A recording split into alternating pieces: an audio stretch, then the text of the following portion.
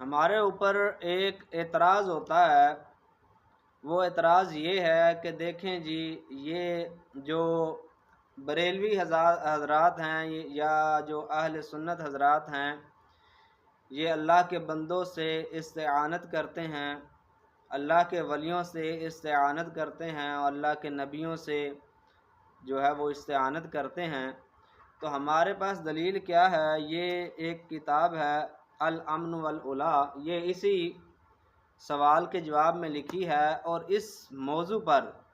اس میں سوال یہ ہوا تھا کہ جو درود تاج ہے اس میں ایک لفظ ہے دافع البلا، نبی علیہ الصلوۃ والسلام کو دافع البلا کہا گیا، بلاؤں کو دور کرنے والا کہا گیا، تو اس پر کچھ لوگوں نے فتویٰ دیا کہ یہ شرک ہے۔ تو اس کے جواب میں، اس فتوے کے اس سوال کے جواب میں یہ پوری کتاب لکھی، اور اس میں 60 آیات اور 300 سے زائد جو ہے وہ احادیث اس ثبوت پر لائے کہ نبی علیہ الصلوۃ والسلام حاجت روا ہیں، اللہ کے نیک بندے حاجت روا ہیں۔ اسی کے اندر ایک حدیث ہے، طبرانی نے معجم الکبیر کے اندر ذکر کیا، نبی کریم صلی اللہ تعالی علیہ وآلہ وسلم نے ارشاد فرمایا انا للہ تعالی عباد اختصهم بحوائج الناس یفزع الناس الیہم فی حواجہم اولئک الآمنون من عذاب اللہ، کہ اللہ عز و جل کے کچھ بندے ہیں کہ اللہ تعالیٰ نے انہیں مخلوق کی حاجات جو ہے حاجت روائی کے لیے خاص کر دیا۔ اللہ کے کچھ ایسے بندے ہیں کہ اللہ تعالیٰ نے انہیں مخلوق کی حاجت روائی کے لیے خاص کر دیا ہے۔ لوگ گھبرائے ہوئے ان کے پاس آتے ہیں اور اپنی حاجتیں ان کے پاس لاتے ہیں، اور وہ کون بندے ہیں؟ آمنون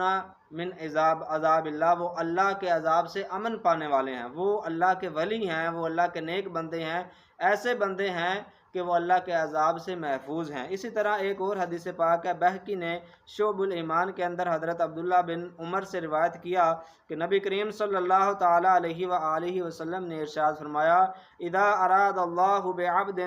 خیرا